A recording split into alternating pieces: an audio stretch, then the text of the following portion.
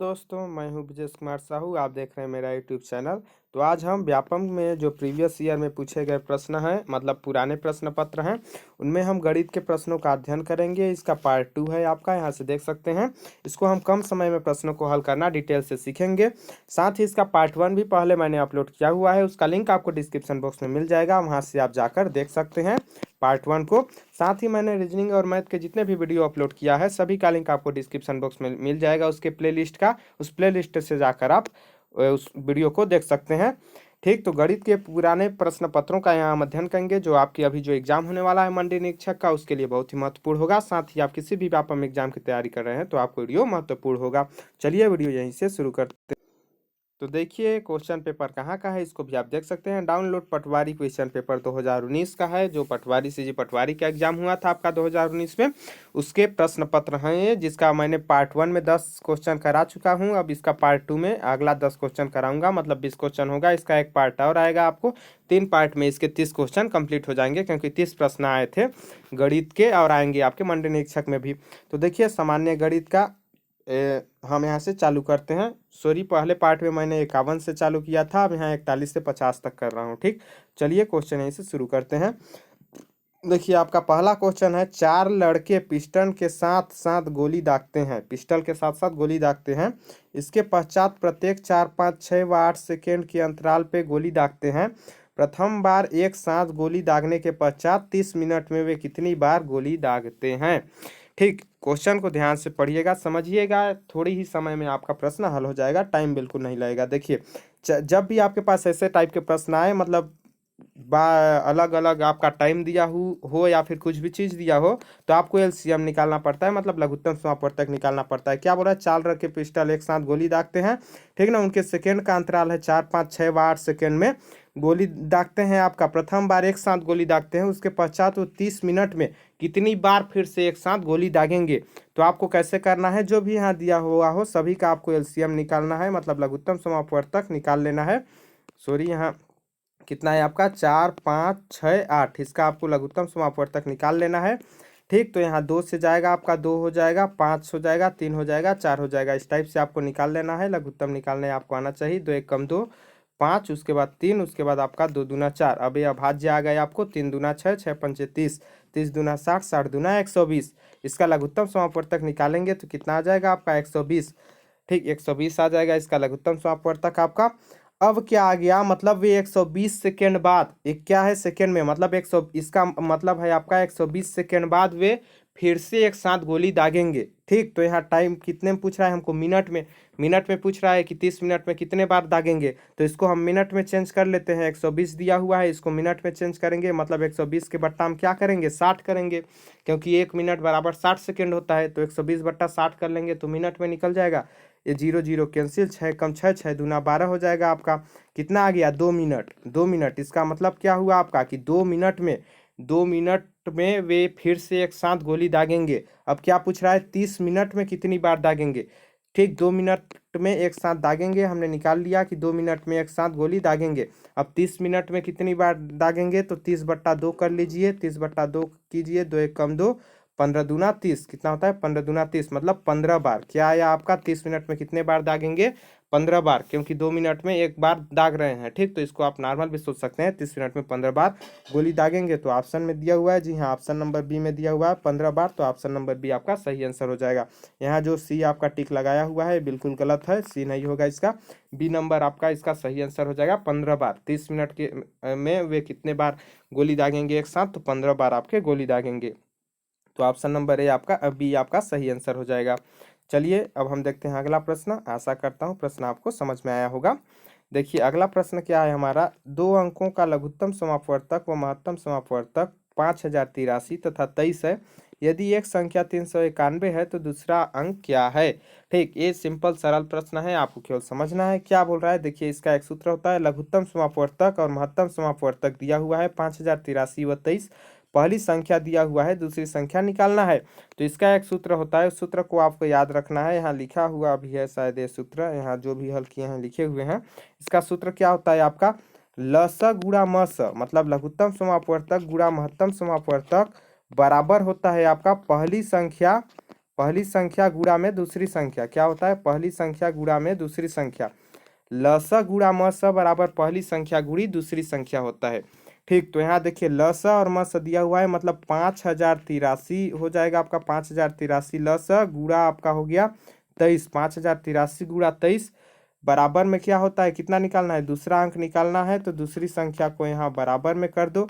बराबर में देखिए यहाँ का कैसे होगा डिटेल्स में आपको बता देता हूँ। लस गुणा मस मतलब 5083 गुणा आपका 23 हो गया। ठीक, बट्टा में आपका जो भी संख्या दिया हो उसको रख दीजिए। क्या दिया है, पहला संख्या दिया है 391, तो 391 को रख दीजिए। दूसरा संख्या दिया होता तो दूसरा संख्या को रखते तो पहली संख्या निकल जाता है यहाँ।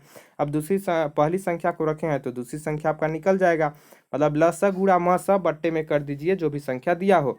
ठीक, यही आपका इसका सूत्र होता है। अब इसको काट लीजिए तो देखिए 23 से जाएगा, जी हाँ जाएगा, 23 से कम 23, 23 दूना 46, 23 से कम 23 हो गया आपका। ठीक ना, उसके बाद आपका कितना हो गया, 23 17 162। ठीक, 17 बार में 23 से 392 चला जाएगा। उसके बाद अब 17 से इसको जब आते हैं, इसको आपको काटने आना चाहिए नॉर्मल, ठीक ना, पहाड़ा आपको देखिए इसको काटते हैं, 17 दूना आपका 34 हो गया, बचा 168, 17 नवा आपका 152 हो गया। ठीक, उसके बाद आपका 17 नवा फिर से सॉरी 153, फिर आपका 17 नवा 153 हो गया। कितना आया आपका, इसको काटेंगे तो कितना आएगा, 299। इसको आप आराम से अच्छे से काट सकते हैं, 299 आएगा। 299 दिया हुआ है, जी हाँ, ऑप्शन नंबर बी में दिया हुआ है, ऑप्शन नंबर बी आपका सही आंसर हो जाएगा, 299। यहाँ भी जो सी टिक लगाया हुआ है बिल्कुल गलत टिक है आपका, ऑप्शन नंबर बी इसका सही आंसर हो जाएगा, 299। क्योंकि हम 583 आया था, बट्टे में 17 आया था, इससे हम इसको भाग देंगे जब, तो 17 कम 17, 17 दूना 34, बचा आपका 16 168, 17 नमा 153 हो गया, बचा आपका 53 10 63 153, फिर से 17 नमा 153, 299 ही आएगा आपका, ऑप्शन नंबर बी सही आंसर हो जाएगा इसका। सी गलत दिया हुआ है यहाँ, ठीक ना, गलत टिक लगाया हुआ है, तो ऑप्शन नंबर बी सही आंसर हो जाएगा। तो आपको इस सूत्र में यहाँ देखिए, यहाँ इन्होंने हल किया हुआ है, इसको भी देखकर आप समझ सकते हैं। इस सूत्र में आपको ये जो सूत्र है, पहली संख्या गुणा दूसरी संख्या बराबर लस गुणा मस, इस सूत्र में आपको मान निकालना है, उसके बाद आपका आंसर आ जाएगा यहाँ से। ठीक, अब देखते हैं हम अगला क्वेश्चन, आशा करता हूँ क्वेश्चन आपको समझ में आया होगा। देखिए आपका अगला क्या है, अगला है हमारा पॉइंट, यहाँ शुरू में पॉइंट दिया हुआ है, 0.0081 की घात 1/4 बट्टा में 0.0016 मतलब 1/6 की घात में 1/4 गुणा 0.5 का मान क्या होगा। तो आपको क्वेश्चन देख के बिल्कुल भी नहीं घबराना है, आपको क्या करना है, ऊपर नीचे में देखना है पॉइंट के बाद कितने अंक है, मतलब दशमलव के बाद कितने अंक है। तो ध्यान से देखें इसमें आपका, तो दशमलव के बाद ऊपर में 4 अंक है, कितने हैं 4 अंक, नीचे में भी दशमलव के बाद कितने अंक हैं 4 अंक, मतलब ऊपर नीचे दशमलव या फिर पॉइंट के बाद जो भी अंक हैं वो बराबर अंक हैं। कितने अंक हैं, बराबर अंक हैं, 4 4, दो ऊपर भी दशमलव के बाद 4 अंक है, नीचे भी दशमलव के बाद 4 अंक है। जब ऊपर नीचे के अंक बराबर हों, ठीक ना, दशमलव के बाद, तो आपको दशमलव को भूल जाना है, आपको कोई ज़रूरत नहीं है दशमलव याद रखने का, कोई मतलब ही नहीं है दशमलव का। तो आप क्या याद रखिए, मान लीजिए आपके पास है 81, 81/16, इसी को समझ लीजिए है, इसके घात में कितना है 1/4, और इसके घात में है आपका 1/4, तो समझ लीजिए यही क्वेश्चन है आपका। ठीक, क्योंकि दशमलव के बाद बराबर अंक है तो दशमलव का कोई मतलब नहीं रहता है। ठीक, अब देखिए 81 का गुणनखंड कर लेंगे आप, तो कितना आएगा, 81 को कितना लिख सकते हैं आप, 3 की घात 4, कितना लिख सकते हैं, 3 की घात 4 लिख सकते हैं 81 को, मतलब 81 का जब गुणनखंड करेंगे, ठीक ना, या फिर आप जब लघुत्तम समापवर्तक निकालेंगे 81 का, तो कितना आएगा आपका 3 गुणा 3 गुणा 3 गुणा 3, मतलब 4 बार आपका 3 आएगा। क्या आएगा, 3 तिहाई 9, 9 तिहाई 27, 27 तिहाई 81, तो 4 बार आपका 3 आएगा। ठीक ना, तो उसी को हम लिख दिए यहाँ 3 की घात 4, क्या लिख दिए 3 की घात 4।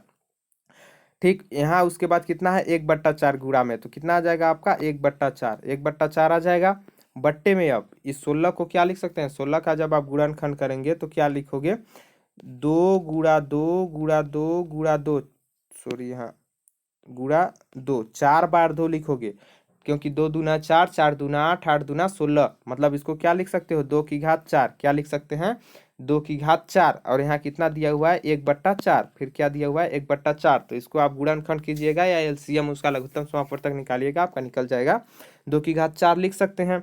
अब देखिए ऊपर 4 नीचे 4 ये दोनों कैंसिल हो गए, इसी प्रकार 2 की घात में 4 ऊपर और 4 नीचे ये दोनों कैंसिल हो गए। अब क्या बचा है यहाँ 1 बचा, तो 3 की घात 1 बराबर 3 हो गया आपका, 2 की घात 1 बराबर 2 हो गया, ये हो गया आपका। ठीक ना, घात आपके हो गए। अब आपको क्या करना है, तो यहाँ देखिए अब क्या दिया हुआ है, यहाँ ध्यान से समझिए, 3/2 आ गए इसके मान हमारे। तो यहाँ मैं लिख देता हूँ अच्छे से क्योंकि कचर पचर हो गया है। इसके मान हमारे कितने आ गए, इसके मान 3/2। अब यहाँ आगे में क्या है, गुणा में 0.5, क्या है 0.5, मतलब 0.5 भी इसको बोल सकते हैं, 0.5 है बट्टा में। अब क्या करेंगे, इन दोनों को भाग दे दीजिए आप, तो कितना आता है इन दोनों को भाग देने पर, देखिए 2 1 कम 2, ठीक ना, दशमलव लगा दिए, 0.5 मतलब 1.5 आएगा जब 2 में 3 को भाग देंगे। 2 में 3 को भाग दोगे 1.5 आएगा, क्योंकि 1.5 दूना 3 होता है, ठीक ना। तो 15 दूना 30 हो जाएगा, तो भाग देंगे तो 1.5 आएगा। गुणा में क्या करेंगे, अब 0.5, आपको बस समझाने में टाइम लग रहा है, बिल्कुल टाइम नहीं लगेगा, देखिए तुरंत हल हो जाएगा। 1.5 गुणा 0.5, ठीक। अब गुणा करते समय आप दशमलव को भूल जाइए, दशमलव को लास्ट में लिखा जाता है जब गुणा कर लेते हैं। तो यहाँ कितना है आपका 5, यहाँ 15, तो 15 पच्चे कितना होता है आपका 75, कितना होता है 15 पच्चे 75, 15 पच्चे 75 आ गया आपका। अब देखिए दशमलव के बाद कितने अंक है, दशमलव के बाद इधर एक अंक है, इधर भी एक अंक है, टोटल दशमलव के बाद कितने अंक हुए, 2 अंक हुए। तो दशमलव कितने अंक के बाद आएगा, 2 अंक के बाद, तो 1 2, 2 अंक के बाद दशमलव आएगा, मतलब दशमलव 75 होगा। इसके पहले क्या लिख सकते हैं, 0 लिख सकते हो आप, या फिर दशमलव 75 भी होगा, जैसा आपके ऑप्शन में दिया रहेगा। तो देखिए ऑप्शन में दिया हुआ है, जी हाँ 0.75 दिया हुआ है, देखिए यहाँ 0.75 दिया हुआ है। बाकी में यहाँ घात में दिया हुआ है, तो हमारा घात उताया नहीं है, मात्र 0.75 आया है। तो ऑप्शन नंबर 20 का सही आंसर हो जाएगा आपका 0.75। तो ऐसे आपको प्रश्नों को हल करना है, बिल्कुल भी समझ के आपको हल करना है, घबराने की कोई ज़रूरत नहीं है ऐसे प्रश्नों में, ठीक ना। दशमलव के बाद जब बराबर अंक हो तो आपको दशमलव को भूल जाना है। तो ऑप्शन नंबर बी आपका सही आंसर हो जाएगा 0.75। आशा करता हूँ आपको प्रश्न समझ में आया होगा, नहीं अच्छे से नहीं आया होगा तो वीडियो बैक करके फिर से देख सकते हैं, आपको समझ में आ जाएगा, क्योंकि तरीका अच्छा आपको बताया गया है। अगला देखिए, अगला प्रश्न है हमारा, ए के मान की गणना कीजिए जहां ए बराबर 25 की घात -3 बट्टा 5 की घात -6 गुणा 5 की घात 2 बट्टा 0.5 की घात 2 है।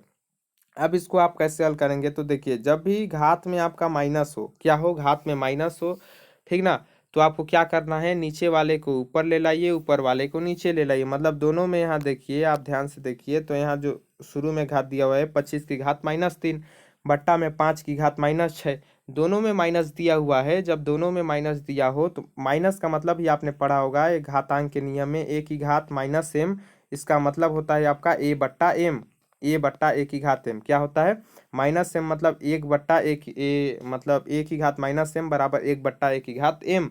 मतलब माइनस जब होता है तो आपका ऊपर का नीचे चला जाता है और नीचे का ऊपर चला जाता है। यहीं यदि आपका रहता, क्या रहता, 1/a की घात माइनस एम, ठीक, 1/a की घात माइनस एम, तो ये क्या होता आपका ए की घात एम हो जाता, क्या होता है ए की घात एम हो जाता।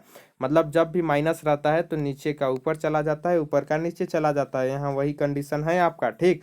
तो आप क्या करेंगे, इसको 25 की घात -3 बट्टा 5 की घात -6 है, तो इसको लिख सकते हैं 5 की घात 6 बट्टा 25 की घात 3, ऐसे लिख सकते हैं इसको, 5 की घात 6 बट्टा 25 की घात 3 लिख सकते हैं। पहले हम इसको हल कर लेते हैं, तो देखिए इसको अब क्या लिख सकते हैं, 5 की घात 6 हुआ आपका, यहाँ 25 को हम 2 भागों में बांट सकते हैं, 5 गुणा 5, 5 गुणा 5 बांट सकते हैं ना 25 को 2 भागों में, 25 बराबर 5 गुणा 5, 5 पचे 25 आपका, मतलब क्या हो जाएगा 5 की घात 2, 5 की घात 2 लिख सकते हैं 25 को, यहाँ घात में कितना है 3, तो 2 गुणा 3 हो जाएगा आपका, हो जाएगा 2 गुणा 3, 5 की घात 2 लिखेंगे तो यहाँ कितना आ जाएगा आपका 5 की घात 6 बट्टा 3 दूना 6, मतलब 5 की घात 6। अब 5 की घात 6 बट्टा 5 की घात 6 दोनों आपके कैंसिल हो जाएंगे, कितना आएगा आपका 1, कितना आएगा 1, मतलब यहाँ तक का हमारा मान कितना आ गया, यहाँ निकाले हम तो 1, कितना आया 1। तो यहाँ ध्यान से लिख लेते हैं, ये आपको समझ में आया होगा, ध्यान से देखिए इसको, आपको समझ में आ जाएगा। देखिए 25 को हम तोड़ दिए 2 भागों में, 5 गुणा 5, 5 पचे 25, सब 5 की घात 6, 5 की घात 6 कट गया तो 1 आ गया आपका। तो इतने का मान हमारा कितना आया अभी तक, 1, कितने आया 1 आ गया इतने का मान, ठीक, इतने का मान हमारा 1 आ गया, 1 यहाँ लिख लेते हैं। उसके बाद आपका क्या है, गुणा में, गुणा में क्या दिया है आपका 5 की घात 2 बट्टा दशमलव में 5 की घात 2, क्या दिया है 5 की घात 2 गुणा दशमलव में 5 की घात 2, ठीक ना। यदि आप इसको 5 की घात को चेंज कर दें तो आपका क्या आ जाएगा 25 बट्टा दशमलव में 25, क्या आएगा 25 बट्टा दशमलव में 25, यही आएगा। अब 10 देखिए 25 25 ऊपर नीचे दोनों है, तो ये कैंसिल होंगे, लेकिन डायरेक्ट कैंसिल नहीं होंगे आपके। क्या है, दशमलव के बाद यहाँ 2 अंक है, दशमलव के बाद जितने भी अंक हों उतना आपको ऊपर में लगा देना है। दशमलव यहाँ से देखिए, दशमलव के बाद जितने अंक हैं, कितने अंक है, दशमलव के बाद 2 अंक, तो ऊपर में आपको 2 अंक यहाँ गुणा कर देना है। मतलब 25 के साथ आपको गुणा कर देना है 2 अंक का, दो एक के बाद 2 जीरो का, मतलब क्या हो जाएगा, एक के बाद 2 जीरो 100, और नीचे में अब आप लिख सकते हैं 25।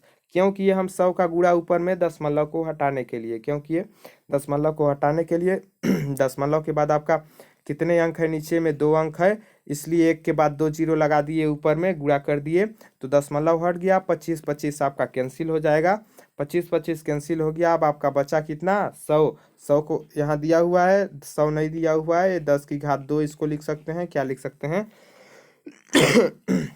10 की घात 2 इसको लिख सकते हैं 100 को, क्योंकि 10 दाम 100 होता है, 10 की घात में आंसर दिया हुआ है। तो देखिए ऑप्शन नंबर डी में दिया हुआ है 10 की घात 2, तो 10 की घात 2 मतलब 100 आपका सही आंसर हो जाएगा। तो ऐसे आपको प्रश्नों को समझना है और हल करना है, इस टाइप से प्रश्नों को ऐसे आपको हल करना है। ठीक, मतलब यहाँ समझिएगा, यहाँ जो आपका पॉइंट में दिया हुआ है, यहाँ पॉइंट में दिया हुआ है 0.25, मतलब पॉइंट के बाद जितने भी अंक दिए हुए हैं उतने अंक एक के बाद उतने जीरो लगा के ऊपर में गुणा करते हैं। क्या करते हैं, ऊपर में गुणा करते हैं, पॉइंट को हटाने के लिए। क्यों करते हैं, पॉइंट को हटाने के लिए। ठीक, तो ये आपको समझ में आया होगा, आशा करता हूँ। तो इसका ऑप्शन नंबर डी आपका सही आंसर हो जाएगा। अगला प्रश्न अब हम देखते हैं। अगला प्रश्न है हमारा, 35 विद्यार्थियों की एक कक्षा में, ठीक ना, विद्यार्थियों की औसत आयु 17 वर्ष है। 35 विद्यार्थियों की एक कक्षा में विद्यार्थियों की औसत आयु 17 वर्ष है। उस कक्षा शिक्षक एवं विद्यार्थियों की औसत आयु 18 वर्ष है। क्या बोल रहा है, उस कक्षा शिक्षक तथा विद्यार्थियों की औसत आयु 18 वर्ष है, तो शिक्षक की आयु है। तो शिक्षक की आयु क्या है, देखिए यहाँ ध्यान से प्रश्न को समझिए। 35 विद्यार्थियों की औसत आयु 17 वर्ष है, मतलब औसत आयु हम निकाल लेते हैं। 35 विद्यार्थियों की औसत आयु 17 वर्ष, मतलब 35 गुणा 17 कर लीजिए, आपका कितना आ जाएगा, 17 25 आपका 85 हो गया, 17 तिया 51, 51 और 8 आपका 59 हो गया, कितना हो गया आपका 500 17 25 85, हाँ 17 तिया 51 8 59, कितना है आपका 595 आ गया आपका। 35 विद्यार्थियों की औसत आयु को हम जोड़ दिए तो 595 आ गया 595, ठीक ना। 35 विद्यार्थियों की औसत आयु 17 वर्ष है, तो 35 गुणा 17 मतलब 35 विद्यार्थियों की कुल आयु कितनी है, 595 वर्ष। अब क्या बोल रहा है, उस कक्षा के कक्षा शिक्षक तथा विद्यार्थियों की औसत आयु। अब विद्यार्थी कितने थे, 35, और उसमें क्या जोड़ दिए, उस कक्षा के कक्षा शिक्षक, मतलब कक्षा शिक्षक एक टीचर उसमें जुड़ गए 35 विद्यार्थियों में, तो कितने लोग हो गए टोटल, 36 लोग हो गए आपके। कितने लोग हो गए, 36 लोग। 35 विद्यार्थी एक कक्षा शिक्षक, 36 लोग हो गए। उनकी औसत आयु कितनी है, 18 वर्ष, तो 36 गुणा 18 कर देंगे तो टोटल आयु आपका निकल जाएगा, ठीक ना। तो कितना हो जाएगा, 18 छिक्का 108, आपके 10 हो जाएंगे, 18 तिया 54, 54 10 64, कितने हो गए आपके 64, मतलब कितने निकल गए, 36 लोगों की औसत आयु 18 वर्ष है, तो टोटल आयु कितने हुए आपके, कुल आयु कितने हो गए, 648 वर्ष। कितना हो गया, 648 वर्ष। इसमें क्या जुड़ा गया है आपका, इसमें जोड़ा गया है मात्र कक्षा शिक्षक की आयु, जो 36 है, इसमें क्या जुड़ा गया है, 35 के बाद एक जोड़ा गया है, मात्र कक्षा शिक्षक की आयु को जोड़ा गया है, उसमें आपका बढ़ गया है। तो अब देखिए, अब जितना भी यहाँ आयु बढ़ा हुआ है वो किसका है, कक्षा शिक्षक का है, किसका है, कक्षा शिक्षक का है। समझिएगा, यहाँ जितना आयु बढ़ा हुआ है कक्षा शिक्षक का है, तो 648 में 595 को घटा दीजिए, मतलब आप कर दीजिए 648 माइनस 595, आपका कितना आ जाएगा, 8 में 5 गया 3, 14 में 9 गया आपका 5 हो जाएगा, 5 में 5 गया 0, कितना आ गया आपका 53। कितना आप यहाँ अच्छे से घटा सकते हैं, कितना आया 53, 53 वर्ष आ गया। ऑप्शन में दिया हुआ है 53 वर्ष, जी हाँ, ऑप्शन नंबर ए में दिया हुआ है 53 वर्ष, तो 53 वर्ष ऑप्शन नंबर ए आपका सही आंसर हो जाएगा। तो इस टाइप से जब भी प्रश्न आए आपके पास औसत आयु से, ऐसे ही आपको प्रश्नों को हल करना है। ऑप्शन ए सही आंसर हो गया, 53 वर्ष इसका सही आंसर हो जाएगा। तो ऐसे आपको प्रश्नों को समझना है और हल करना है। ठीक, अगला प्रश्न हम देखते हैं। अगला प्रश्न है हमारा,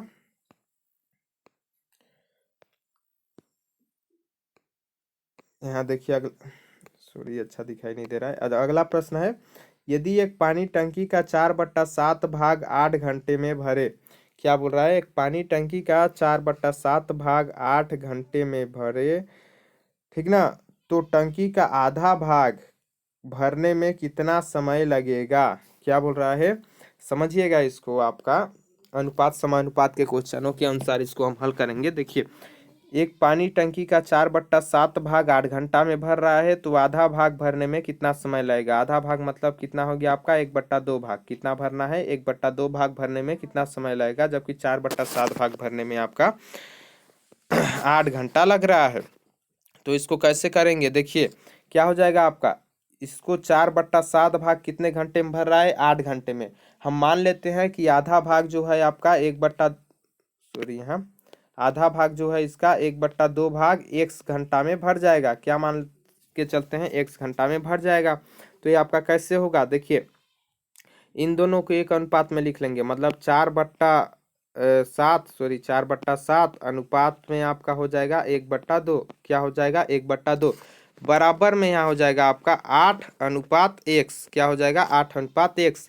मान लिए हम कि 8 x घंटा में भर जाएगा, तो ये कितना हो जाएगा 4/7 अनुपात 1/2 बराबर 8:x। इसको हम क्या लिख सकते हैं, आपका 4/7 गुणा करेंगे, ठीक ना। अनुपात मतलब बट्टा होता है, तो गुणा करेंगे तो ऊपर का नीचे, नीचे का ऊपर चला जाएगा, ठीक ना। मतलब 2/1 हो जाएगा। क्या होगा आपका 2/1 हो जाएगा, ठीक। उसके बाद आपका क्या हो जाएगा 8/x हो जाएगा। यहाँ क्या होगा 8/x हो जाएगा।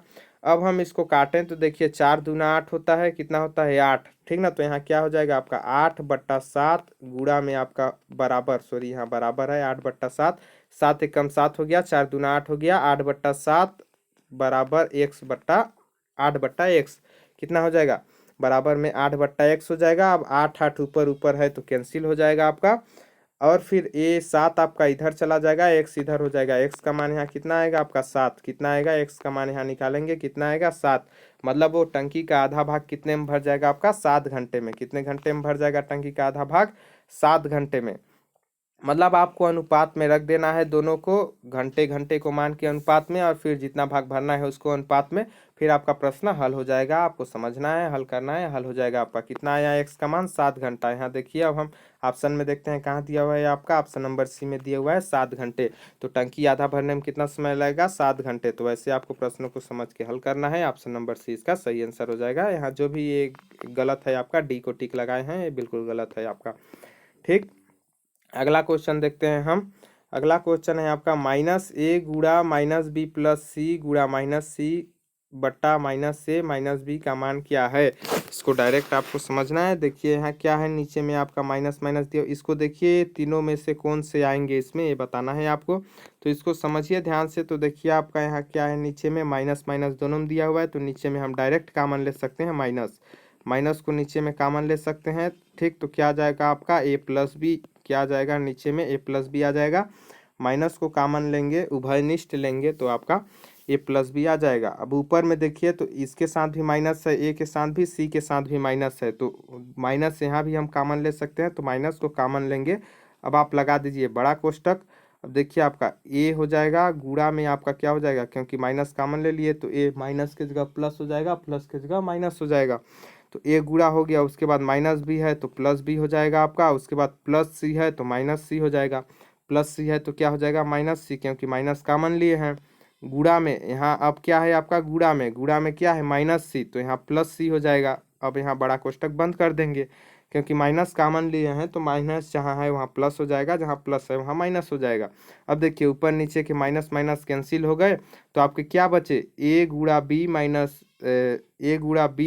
-c गुणा c अपान a + b। यहाँ दिया हुआ है कहीं, देखिए ध्यान से, गुणा को हम हटा देंगे, फिर भी हम ऐसे लिख सकते हैं आपका a, उसके बाद आपका b -c, उसके बाद c बट्टा आपका a + c, क्योंकि कोष्टक रहता है तो गुणा लगाओ या मत लगाओ फर्क वही होता है।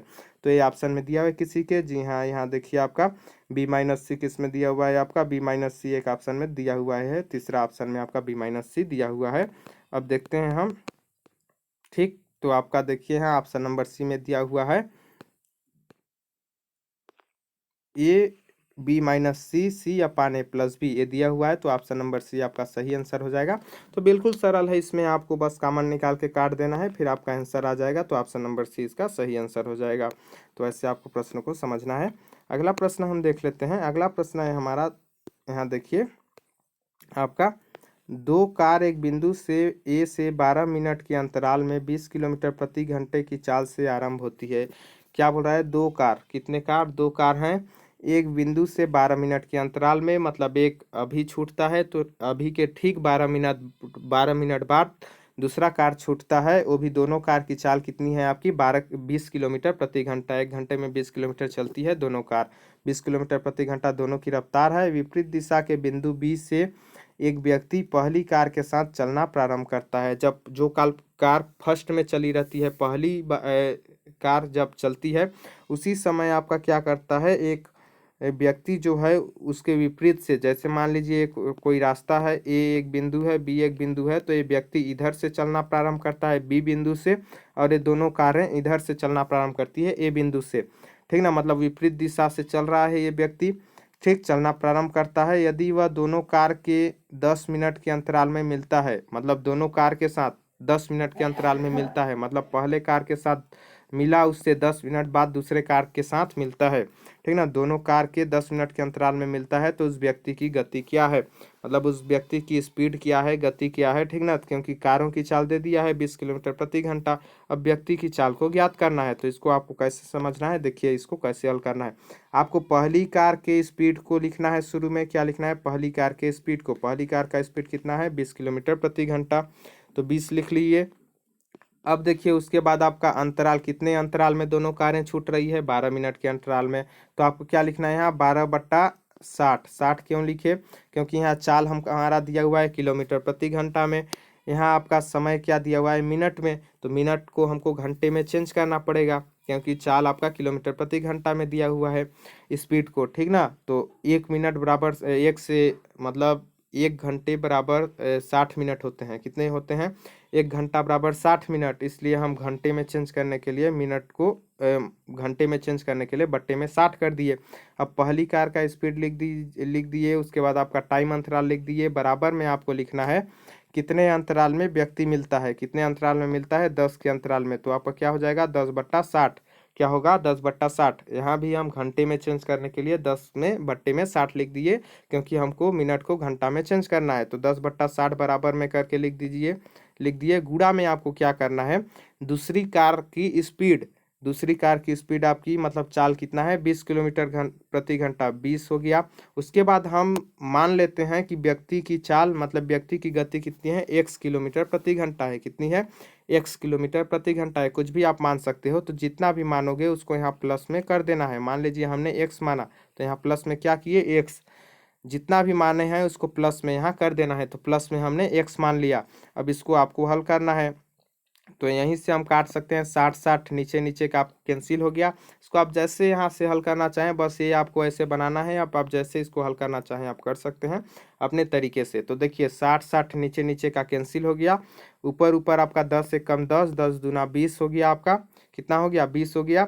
अब 12 दूना 24 हो गया, यहाँ कितना आया आपका 24, बराबर यहाँ आया आपका 20 प्लस x, ये आया है, इसको आप हल कर सकते हैं, आएगा यही 24 बराबर 20/x। x का मान अब यहाँ से निकालेंगे, तो 20 को इधर पक्षांतर करेंगे, तो आपका आ जाएगा 24 माइनस 20, कितना होगा आपका 24 माइनस 20, तो x का मान कितना आएगा आपका, x बराबर, अब 24 में 20 घटा देंगे तो 4, कितना आएगा 4। अब 4 किलोमीटर प्रति घंटा क्या हो जाएगा इसकी रफ्तार, 4 किलोमीटर प्रति घंटा। ऑप्शन में दिया हुआ है, जी हाँ, ऑप्शन नंबर ए में दिया हुआ है 4 किलोमीटर प्रति घंटा, तो ऑप्शन नंबर ए आपका सही आंसर हो जाएगा। यहाँ इन्होंने गलत टिक लगाया हुआ है, 5 किलोमीटर, आपका ऑप्शन नंबर ए सही आंसर हो जाएगा, 4 किलोमीटर प्रति घंटा। तो ऐसे आपको प्रश्नों को हल करना है और समझना है, 4 किलोमीटर प्रति घंटा इसका सही आंसर हो जाएगा।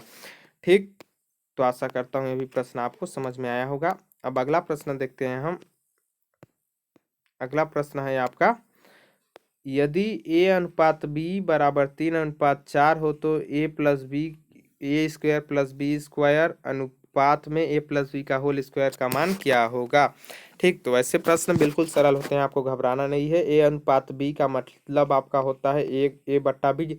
ए अनुपात बी का मतलब क्या होता है, a/b बराबर क्या दिया हुआ है, 3/4, 3/4 दिया हुआ है। इसको आपको डायरेक्ट क्या समझना है कि a बराबर 3 है, b बराबर 4 है, बस मात्र आपको यही मान रखना है। a अनुपात b मतलब a/b हो गया आपका, मतलब 3/4, तो a बराबर आपको 3 रखना है, b बराबर 4 रखना है। अब यहाँ आप मान रख दीजिए a वो b का, उसके बाद आप हल कर लीजिए, आपका हल आ जाएगा। देखिए ए स्क्वायर दिया हुआ है मतलब 3 का स्क्वायर, बी स्क्वायर दिया हुआ है प्लस में तो आपका 4 का स्क्वायर, बराबर में क्या दिया हुआ है मतलब बट्टे में, ठीक ना, बट मतलब अनुपात में, ठीक ना। तो अनुपात यहाँ लगा देते हैं। अनुपात में क्या दिया हुआ है, ए प्लस बी का होल स्क्वायर मतलब 3 + 4 का होल स्क्वायर।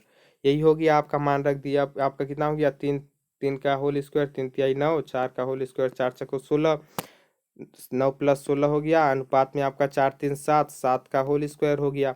अब 16 और 9 आपका कितना हो गया 25, 25 अनुपात 7 7 49, कितना हो गया 7 7 49। तो 25 अनुपात 49 कितना आ गया आंसर, 25 अनुपात 49 दिया हुआ है। जी हाँ, ऑप्शन नंबर सी में दिया हुआ है आपका 25 अनुपात 49। तो ऑप्शन नंबर सी आपका सही आंसर हो जाएगा 25 अनुपात 49। तो ऐसे आपको प्रश्नों को हल करना है, ठीक। ऑप्शन नंबर सी इसका सही आंसर हो जाएगा। ऐसे प्रश्नों को आपको हल करना है। देखिए अगला प्रश्न है हमारा, एक समतल वृत्तीय ठोस शंकु के आधार का व्यास 10 इंच है तथा इसकी ऊर्ध्वाधर ऊंचाई 12 इंच है, तो शंकु के सतही पृष्ठ का क्षेत्रफल क्या होगा। ठीक, क्या पूछ रहा है, शंकु के सतही पृष्ठ का क्षेत्रफल क्या होगा। तो ऐसे क्वेश्चन है आपके आते हैं डायरेक्ट आपके सूत्र से बनते हैं।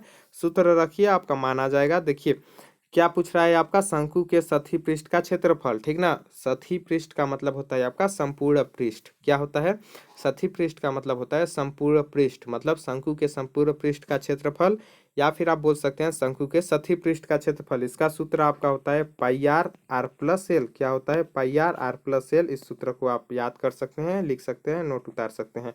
क्या सूत्र होता है, πr/r+l। आर क्या है, यहाँ त्रिज्या है, आपकी त्रिज्या है, ठीक ना। और एल क्या है, आपकी तिर्यक ऊंचाई है। क्या है, एल तिर्यक ऊंचाई है। πr/r+l ये सूत्र होता है। एल आपका तिर्यक ऊंचाई है, ठीक। और आपका आर है त्रिज्या। तो यहाँ देखिए तिर्यक ऊंचाई दिया हुआ है, नहीं दिया हुआ है, देखिए ऊर्ध्वाधर ऊंचाई दिया हुआ है। क्या दिया हुआ है, ऊर्ध्वाधर ऊंचाई। एल का मान हम निकालते हैं, एल बराबर होता है रूट में मतलब वर्गमूल h² + r², h² + r²। H क्या है, यहाँ ऊर्ध्वाधर ऊंचाई, ठीक। एल बराबर आपका होता है रूट में मतलब वर्गमूल h² + r²। एच आपका है ऊर्ध्वाधर ऊंचाई, आर है आपका त्रिज्या, ठीक। तो यहाँ ऊर्ध्वाधर ऊंचाई दिया हुआ है 12, तो एल का मान हम यहाँ से निकाल लेते हैं। देखिए यहाँ आपका व्यास कितना दिया हुआ है 10 इंच, और व्यास का आधा त्रिज्या होता है, इतना आपको पता होना चाहिए। व्यास का आधा क्या होता है, त्रिज्या होता है। तो यहाँ त्रिज्या व्यास कितना दिया हुआ है 10 इंच, तो आपका त्रिज्या कितना हो जाएगा 10/2 मतलब 5 इंच। यहाँ आपका हो जाएगा त्रिज्या, कितना होगा त्रिज्या 5 इंच होगा। अब एल का मान हम निकाल लेते हैं। तो देखिए रूट में क्या हो जाएगा आपका h² मतलब 12 का स्क्वायर, ऊर्ध्वाधर ऊंचाई का स्क्वायर, 12 का स्क्वायर यहाँ हो जाएगा, प्लस में आपका हो जाएगा 5 का स्क्वायर। क्या हो जाएगा 12 का स्क्वायर + 5 का स्क्वायर, ठीक ना। अब यहाँ हम हल करेंगे तो आपका कितना आ जाएगा, यहाँ 12 12 144, कितना होता है 144 प्लस आपका 25, 144 + 25 हो जाएगा। यहाँ रूट लग जाएगा, 144 और 25 जोड़ेंगे तो 169 हो जाएगा आपका। कितना होगा 169, 169 रूट में है मतलब वर्गमूल है। 169 किसका वर्गमूल होता है, तो 13 का वर्गमूल होता है 169। वर्गमूल निकालने आपको आना चाहिए, नहीं आता होगा तो मेरे प्लेलिस्ट में आपका उसका लिंक मिल जाएगा। प्लेलिस्ट में वीडियो मैंने बनाया हुआ है इन सब से संबंधित।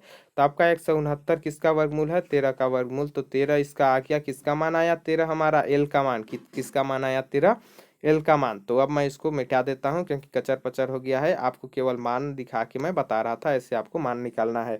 एल का मान हमारा कितना आ गया 13, आर का मान कितना आया है 5, आर का मान 5 आया है, एल का मान 13। अब इस सूत्र में आपको मान रख देना है πr/r+l, इसमें आपको मान रख देना है। पाई यहाँ आंसर में दिया हुआ है, देख सकते हैं। तो पाई का मान हम नहीं रखेंगे क्योंकि पाई आंसर में दिया हुआ है। उसके बाद आर का मान रख देते हैं, आर का मान कितना है 5, ठीक। उसके बाद फिर से गुणा यहाँ, फिर उसके बाद क्या दिया हुआ है आपका r+l मतलब 5 धन आपका 13, क्या है 5 धन 13 कर लिए हम। अब आपका क्या हो गया, पाई गुणा 5 गुणा में आपका हो गया 13 5 18, 13 5 18, ठीक 18 हो गया। अब 18 गुणा 5 कितना हो गया 18 5 90, मतलब आपका कितना हो गया 90 पाई। कितना हो गया 90 पाई, क्या आया 90 पाई। 90 पाई तो आया हमारा, ठीक ना। तो 90 पाई यहाँ दो जगह दिया हुआ है, देख सकते हैं। तो यहाँ क्या निकालना है हमको, क्षेत्रफल। और क्षेत्रफल का इकाई क्या होता है, मतलब क्षेत्रफल का यूनिट क्या होता है, एरिया को किस यूनिट से मापा जाता है, तो वर्ग होता है क्षेत्रफल में। जब भी हम नापते हैं क्षेत्रफल उसके सामने वर्ग लगाते हैं, क्या लगाते हैं वर्ग। तो 90 पाई क्या हो जाएगा वर्ग इंच, क्योंकि इंच में दिया हुआ है, ठीक। तो 90 पाई वर्ग इंच होगा। क्या होगा? वर्ग इंच। ठीक, क्योंकि क्षेत्रफल को वर्ग से नापा जाता है, तो वर्ग इंच हो जाएगा। तो वर्ग इंच दिया हुआ है जी हाँ, ऑप्शन नंबर डी में दिया हुआ है, ये गलत यहाँ टिक लगाए हैं। तो ऑप्शन नंबर डी आपका सही आंसर हो जाएगा 90 पाई वर्ग इंच। तो सूत्र में आपको मान रखना है, मान आपको निकाल देना है। यहाँ 90 इंच आपका नहीं होगा, क्योंकि यहाँ क्षेत्रफल को वर्ग इंच में नापा जाता है। तो आपका ऑप्शन नंबर डी सही आंसर हो जाएगा 90 पाई वर्ग इंच। क्या होगा? 90 पाई वर्ग इंच। तो ऐसे आपको प्रश्नों को हल करना है। तो ये थे आज के हमारे 10 प्रश्न। तो वीडियो आपको कैसा लगा कमेंट बॉक्स में कमेंट करके जरूर बताइएगा। वीडियो अच्छा लगा होगा तो वीडियो को लाइक कीजिएगा, चैनल पे नए हैं चैनल को सब्सक्राइब कीजिएगा। वीडियो देखने के लिए बहुत बहुत धन्यवाद। जल्द मिलेंगे अगले वीडियो में, तब तक के लिए जय हिंद, जय भारत, जय।